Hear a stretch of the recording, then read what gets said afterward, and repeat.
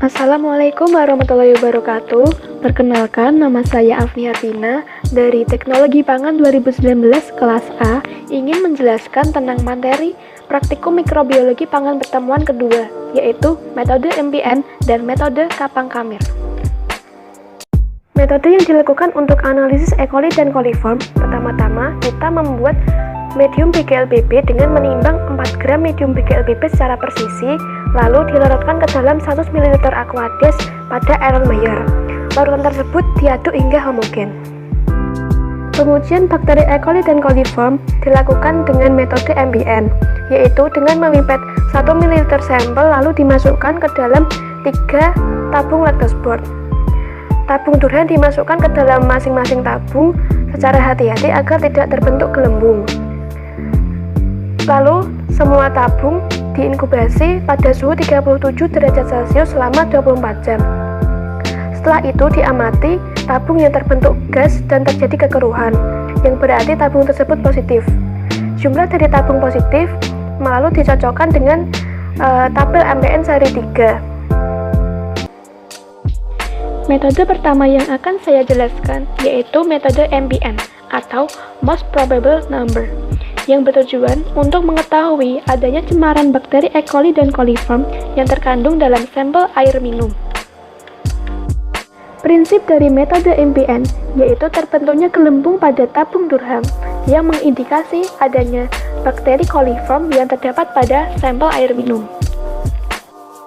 Menurut SNI nomor 01/3553/2006 tentang kandungan E. coli yang terkandung pada air minum dalam kemasan harus memiliki batas maksimal kurang dari 2 APM per mililiter. Sedangkan sampel yang diujikan pada praktikum yaitu air isi ulang menghasilkan koloni E. coli sebanyak 53 mPN per mililiter dan juga air kemasan menghasilkan kadar E. coli yaitu 14 mPN per mililiter. Hal tersebut menunjukkan bahwa kedua sampel telah melebihi batas maksimal E. coli dalam air minum. Adanya E. coli pada tabung diindikasi dengan perubahan warna tabung menjadi warna keruh. Adanya gelembung pada tabung disebabkan oleh bakteri coliform yang melakukan fermentasi. Medium BGLBB mengandung laktosa yang dapat difermentasi oleh bakteri coliform dan menghasilkan asam. Asam tersebut menyebabkan warna keruh pada tabung. Faktor kejernihan yaitu, jika tabung berwarna keruh, maka tabung tersebut mengandung asam yang dihasilkan oleh fermentasi BGLBB oleh coliform, yang artinya pengujian tabung bersifat positif. Jika tabung masih jernih, maka pada sampel tidak terdapat bakteri E. coli dan coliform, yang artinya pengujian tabung bersifat negatif. Tabung Durham yang dipasang terbalik berfungsi untuk menangkap gelembung gas hasil fermentasi oleh bakteri coliform. Medium yang digunakan yaitu medium BGLBB atau Brilliant Green Lactose Billboard yang selektif untuk menguji adanya bakteri coliform pada sampel. Medium BGLBB mengandung garam oxbile yang dapat memicu pertumbuhan bakteri gram negatif termasuk bakteri coliform yang dapat memfermentasi laktosa. Medium BGLBB harus dalam keadaan homogen agar saat inkubasi bakteri dapat memanfaatkan nutrisi BGLBB dan dapat hidup dengan baik. Jumlah koloni yang naik turun disebabkan oleh banyaknya sel mikroba yang terpipat ke dalam tabung reaksi. Faktor pengenceran adalah faktor yang digunakan untuk mengalihkan dengan hasil zat yang telah dilarutkan sehingga didapatkan kadar dari zat tersebut. Pengenceran dilakukan di dekat bunsen dengan tujuan untuk menghindari kontaminasi dari mikroba lain yang dapat masuk ke dalam sampel. Faktor yang menyebabkan nilai MPN sampel air minum tinggi karena peralatan yang digunakan tidak higienis dan kondisi lingkungan yang terpapar polusi sehingga terjadi kontaminasi. Bau yang timbul saat inkubasi disebabkan oleh kandungan gas H2S, alga, dan senyawa organik lain yang terkandung dalam sampel air minum.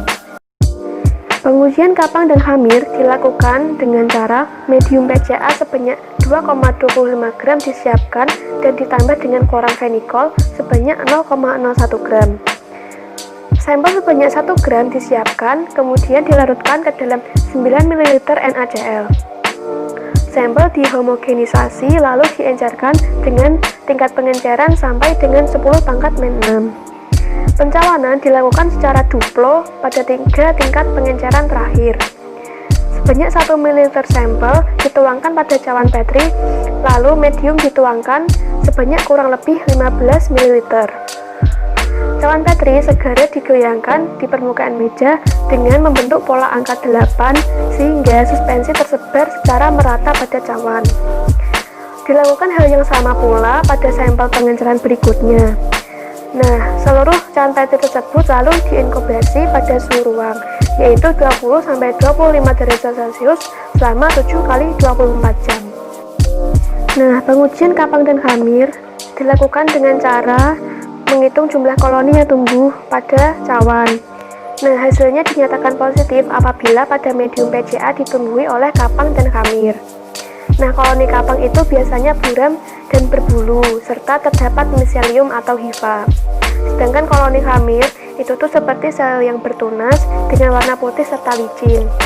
Nah, rumus perhitungan koloni kapang dan khamir itu dilakukan dengan rumus koloni per mili sama dengan jumlah koloni dikali 1 per faktor pengenceran. Itu yang kedua, yaitu metode kapang dan khamir. Prinsip dari analisis kapang dan khamir yaitu kapang dan khamir yang tumbuh pada suatu media setelah diinokulasi dan diinkubasi pada suhu tertentu selama jangka waktu 7 hari. Kapang dan khamir yang dapat tumbuh pada roti karena roti mengandung nutrien, pH, dan aktivitas air yang dapat mendukung pertumbuhan jamur. Menurut SNI nomor 01/3840/1995 tentang roti menyatakan bahwa ambang batas maksimal kapang pada roti yaitu 10 pangkat 4 koloni per gram. Sedangkan sampel yang diuji melebihi 10 pangkat 4 koloni per gram sehingga sampel tersebut tidak memenuhi standar. Roti digunakan sebagai media pertumbuhan jamur karena roti mengandung pati yang baik sebagai nutrisi pertumbuhannya. Kandungan gula sederhana juga menjadi nutrisi yang baik bagi pertumbuhan jamur. Roti tawar yang dibusukkan akan ditumbuhi beberapa macam jamur. Beberapa jamur tersebut antara lain yaitu Rhizopus stolonifer, Penicillium sp, Mucor sp, Geotrichum sp, dan Aspergillus sp. Kapang yang paling dominan tumbuh yaitu Aspergillus sp. Jamur yang paling banyak tumbuh pada roti yaitu kapang. Roti menjadi media yang baik bagi pertumbuhan kapang karena bahan dasar dan cara produksinya. Kapang dengan mudah menghidrolisis pati sehingga roti akan cepat busuk dan didominasi oleh kapang. Ciri-ciri kapang yaitu koloninya berbentuk serabut putih seperti kapas, warna permukaannya kuning dan seiring waktu akan berubah menjadi kecoklatan hingga hijau tua.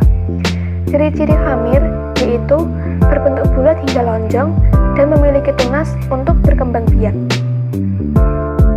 Fungsi kloramfenikol yaitu mencegah pertumbuhan bakteri gram positif dan bakteri gram negatif, sehingga pada medium tidak terjadi kontaminasi mikroba lain dan hanya tumbuh kapang dan khamir saja.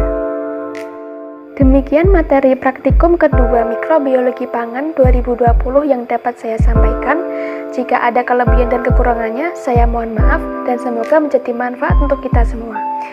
Wassalamualaikum warahmatullahi wabarakatuh.